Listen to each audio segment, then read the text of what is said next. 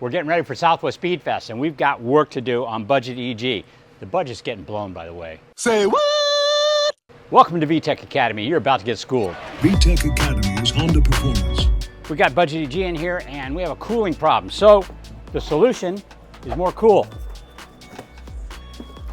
So I have this CSF radiator that I helped CSF design, oh God, probably 10 plus years ago. And what we need to do with this is put this in here. As you recall, this is actually a modified CSF radiator. We shortened it. This is the full-size one. Now, what's going to wind up happening is my intercooler is going to go from here to across the front. So no more stealth look on this particular project. I'm a little bit bummed about that, but honestly, it needs to be drivable on the track, and that's what's important. So I have to figure out another way to hide the intercooler. Anyway, right now we need to fab this in there, and we need to figure out how our intercooler is going to work, how our intercooler piping is going to work, and get that all going. And then we've got just a few other small things we need to do when we get back on the track and see if all of our modifications solve the problem. So along with our increased cooling, other things we have to do is we need brake pads. This thing was almost down to metal. I didn't realize that when I gave it to him.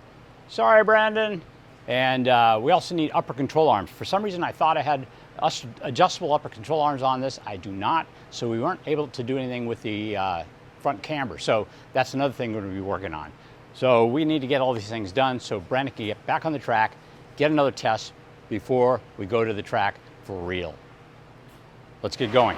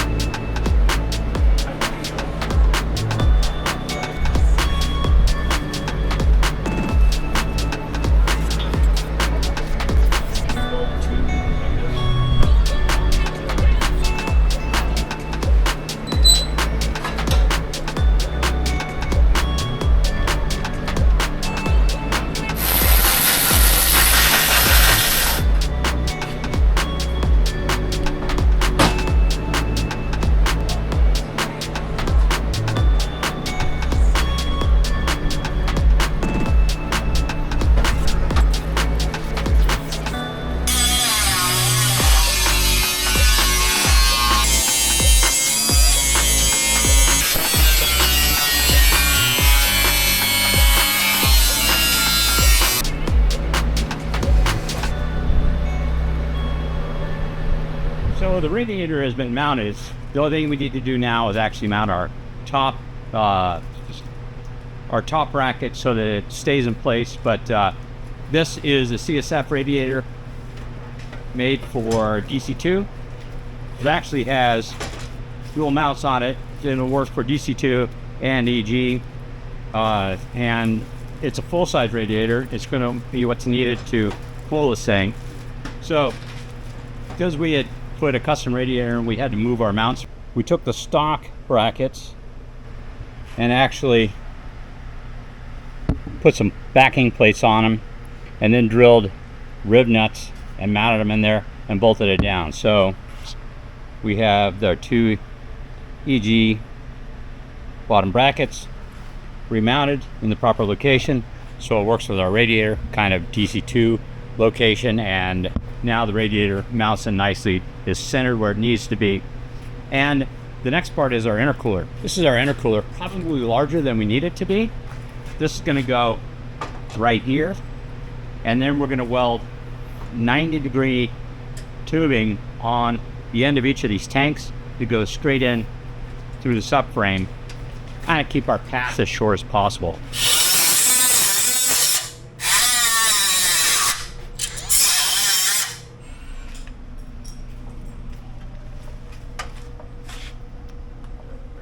We also modified the bumper support. As you can see now, it's less supportive, but we'll reinforce that. So this is going to allow us to get a lot more air to the radiator above the intercooler. For the intercooler, what we're going to be doing is using a basically budgety eBay intercooler that I bought some time ago for another project right here. This intercooler will mount in front of the radiator. There's actually going to be probably enough room between the intercooler and the radiator for us to mount radiator cooling fans so that we can have those. These CSF radiators are really thick, and although there's enough room to mount a radiator on the transmission side on a non-turbocharged vehicle with all the intercooler piping and everything we have, it's going to be a little bit tight to put a radiator fan there. So we're just going to mount it on the front of the radiator behind the intercooler, and that should do it for us. So now all we have to do is make it happen. I am changing the upper control arms on this car to give it some adjustability. This car has had its bushings replaced, so everything's tight. The other car, like, it just moved right out the way.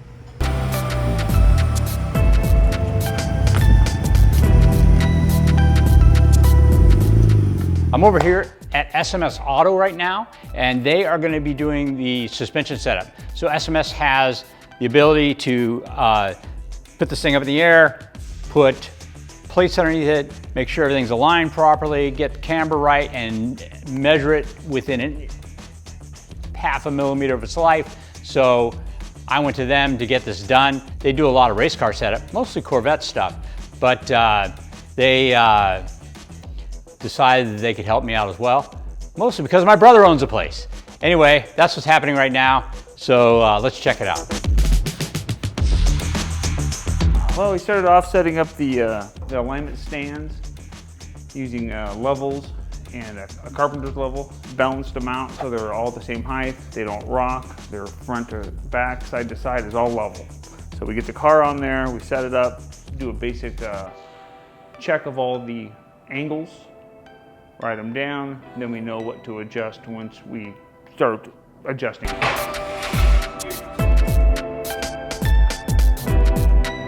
Once we get the camber set, all 4 tires, then we put on the alignment strings, which are really handy. They're nice fluorescent orange, so you can see them well on the measuring tape. Put them on, we center them up, we set them in the middle of the wheel, set them in the center of the car, so we get a nice accurate measurement.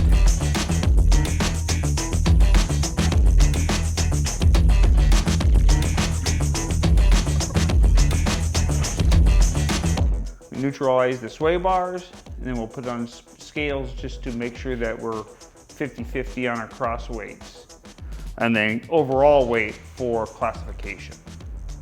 That's basically it. We also added the driver's weight to the driver's seat to compensate for the driver so we know what it is when he's in the car. We don't care what it's sitting in the parking lot, we want to know what it is with him in the car. Yeah, it's a clean little car, should go pretty well. We'll see.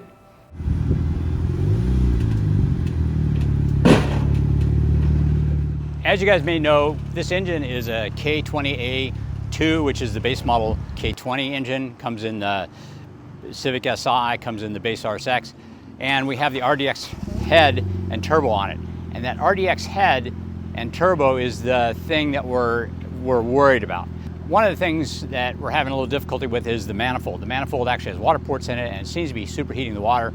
So we put a bigger radiator on, we're hoping that fixes it. And maybe even if we do an E85, that might further help mitigate the heat problem. But we're here to discover what the turbo does. So we've tuned it so far with the turbo just kind of as is on the engine, and it actually has 2 stages. Inside the turbo there's a flapper valve that's actuated by a solenoid, and the way that works is at a certain RPM with the RDX, it actually slowly opens and closes it, and that helps keep boost where they want it. Now on our particular car, we want to use it more like VTEC. We want to just kind of open it all the way at a certain point and see what kind of horsepower we can make. We're hoping that in the closed position where it's restricting the thing, we're going to get a fast spool at lower RPM. But then at the higher RPM, when it becomes less efficient, we want to be able to open it up so that we get less back pressure and hopefully more boost because the turbo is spinning faster. So we haven't done this before. We haven't got to that point. We're hoping that we can get that sorted out, maybe do a tune with it under restriction and see where the power curve is, and maybe without the restriction, see where the power curve, and maybe there's like a switchover point we can achieve, like VTEC for the turbo. Anyway, that's what we're hoping to do, and we're here to see if Tim can make it happen. I am flying blind here, guys. I have read how this turbo works, and I'll be honest with you, I still don't totally get how it's working. I really probably should take one apart and look inside and see what's going on. Maybe that'll give me a better understanding, but hopefully it all works out. We'll see.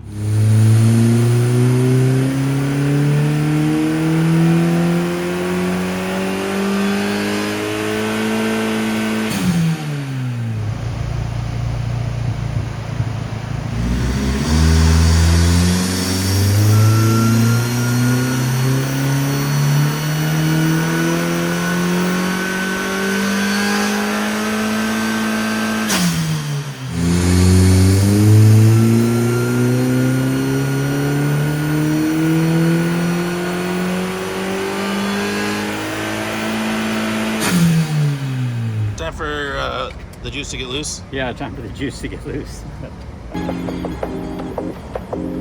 Does it smell like corn? Yeah, it does.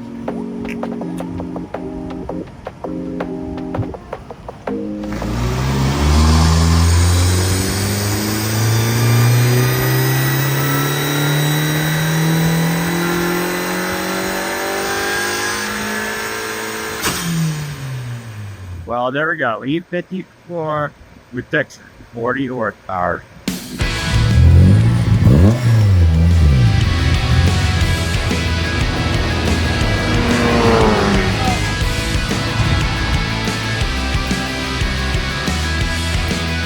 All right, so we're here at Southwest Speed Festival finally with the car. Brian and everybody did a lot of work getting the bigger radiator in and the intercooler in. We got everything checked in. We did actually have to, or Carter had to bring us some interior pieces because we need them for the class we're running with the car. Let the big dog eat. Yes, sir.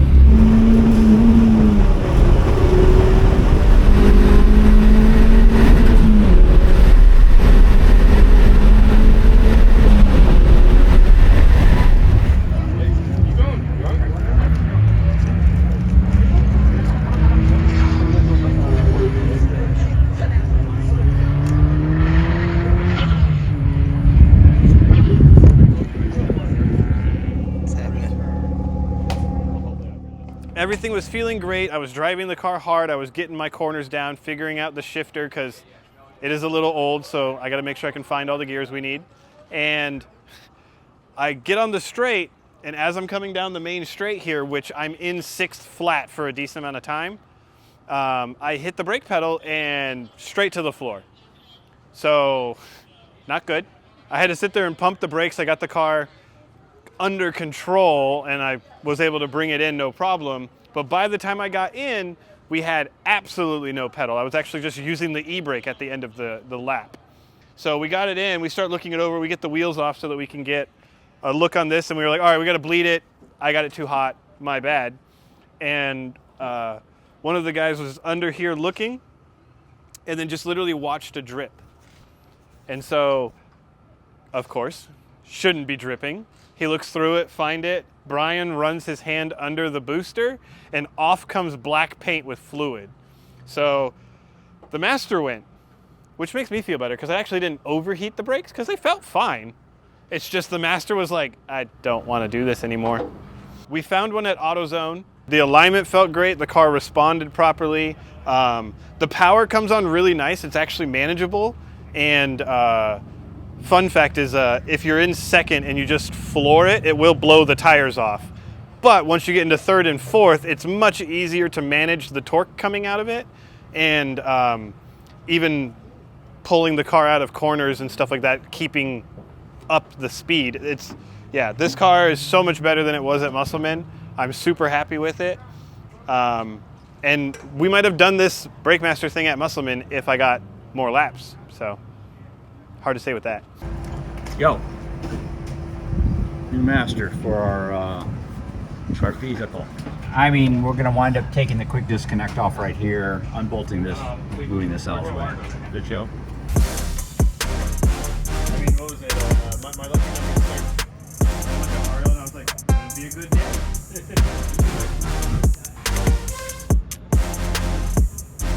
It's about that time. Right? We've been here for long enough. Time to turn up, dog. Make sure these brakes are good. Go have some fun. Break yourself, fool. Well, no, not that one.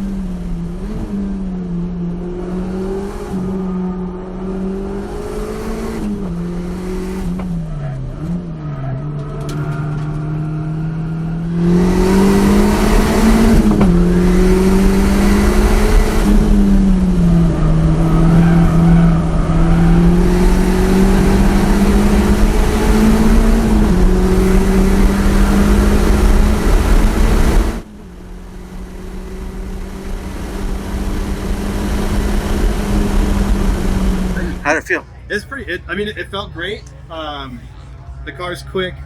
The brakes. I think the 7/8 is kind of screwing me on pedal feel.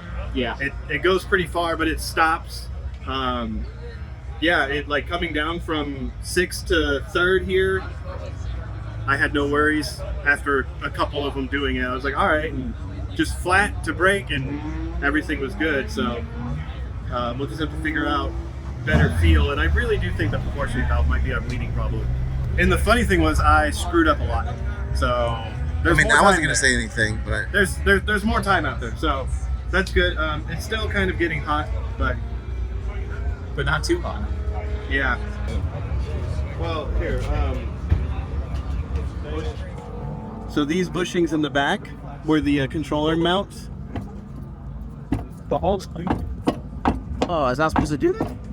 Yeah, I mean, you know, some cars you pay a lot for active camber, but we don't need it on this one. Have you seen them just fail like that before? I've never seen him feel like that. They're gone. I don't know where they went. Yeah. There's a lot of movement. The rubber's been totally squished out.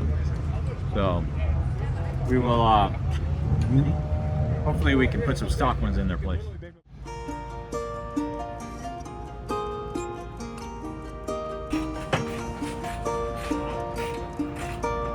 Good morning. Good to see you there. Up and at 'em early, huh? Yeah.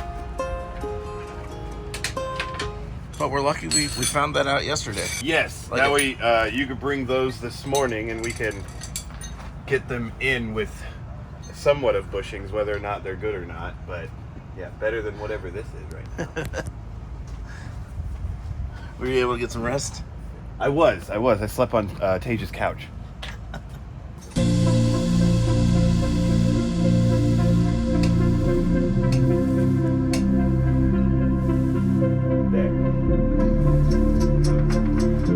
Our friend Tony Zerka, who's helping run the event for Global Time Attack, I showed him this because, you know, it's interesting, right?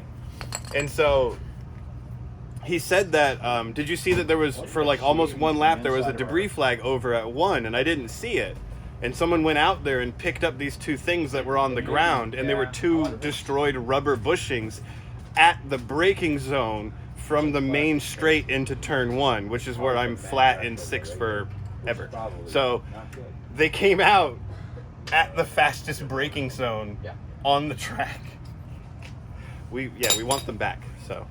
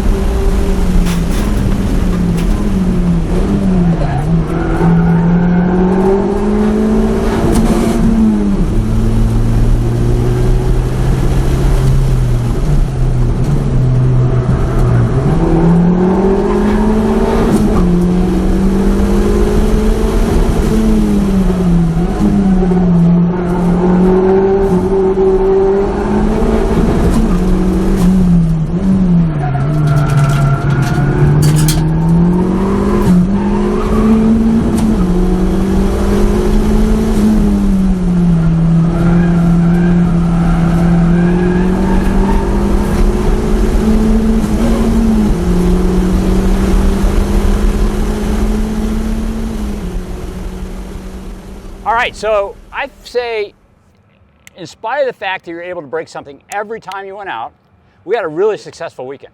No, it was great. Yeah. I mean, like, for anything that happened, it was still a very good weekend. It was. And honestly, things broke because used parts. Yeah. So, and that's just going to happen. So, Budget when I drive breaks. Hopefully when you do it, it's different. yeah, exactly. But I mean, you drive it, you break it, you repair it, and then you go back out, and eventually you've broken everything, and it's all new, and it's not so much a budget anymore. This is true. But anyway, so overall, I'd say we had a big win. I mean, compared against the other cars in the class, I mean, figure how much this car costs versus some of those other cars. Oh, yeah. Oh, yeah. So, I mean, for another $40,000, we could have gone a lot faster. I mean, I think even for what we're into this, or what this whole build everything cost, we're still not a year of car payments for the other cars that we're going against. So let alone them modifying them. Yeah.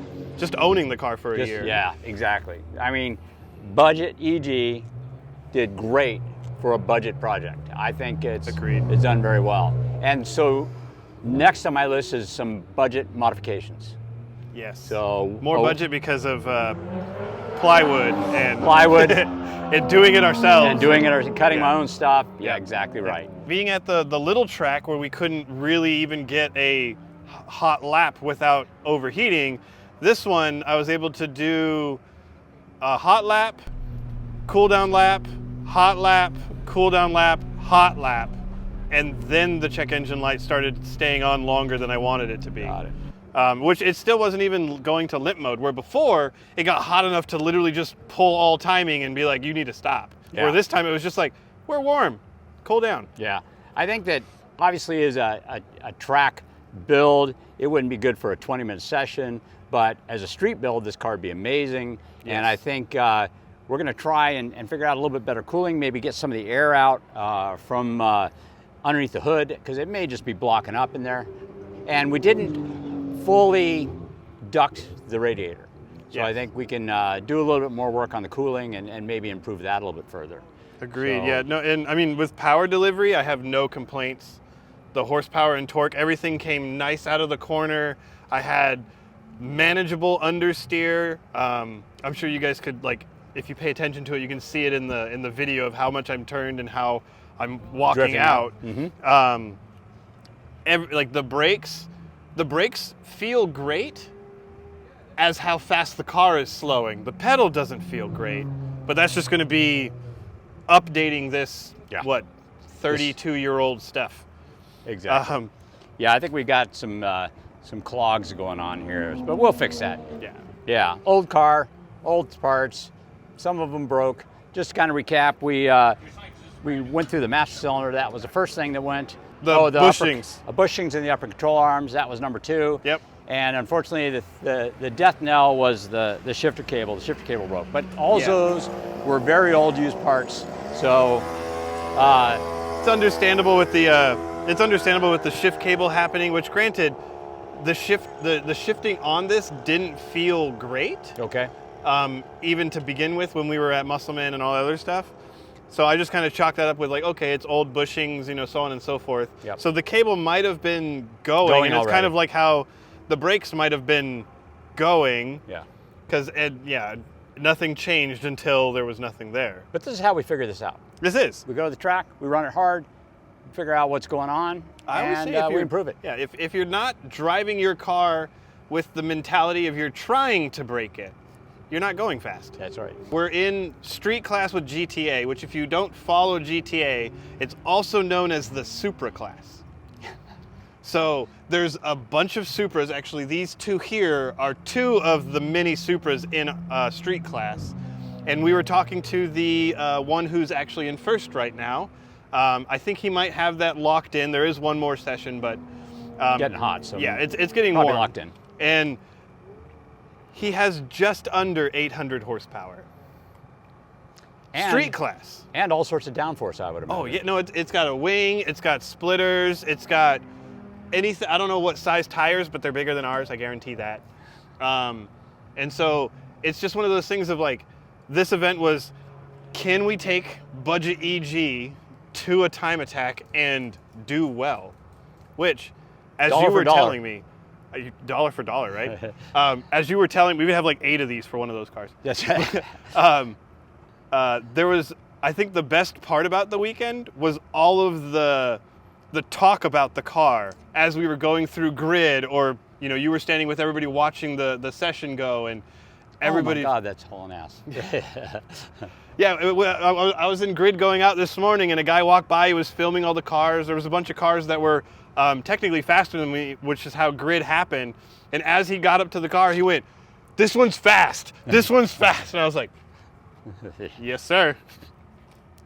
So we've got a few things that we need to do this thing. Hopefully we can bring it out again soon, and with some improvements, and kick some ass. So yeah, absolutely. Hey guys, we're going to go ahead and wrap it up for this episode of This Car. Thank you very much for joining us on VTEC Academy. And Brandon, thank you so much for making the time to come help out. By the way, you can check out his YouTube channel. What's it called? U-Wrench TV. That's right. In fact, he's got a nice facility down there in Tucson where you can actually rent garage time with a lift and everything. And you can even rent a person to do the work for you. So anyway, thanks guys for joining us, and we'll catch you next time.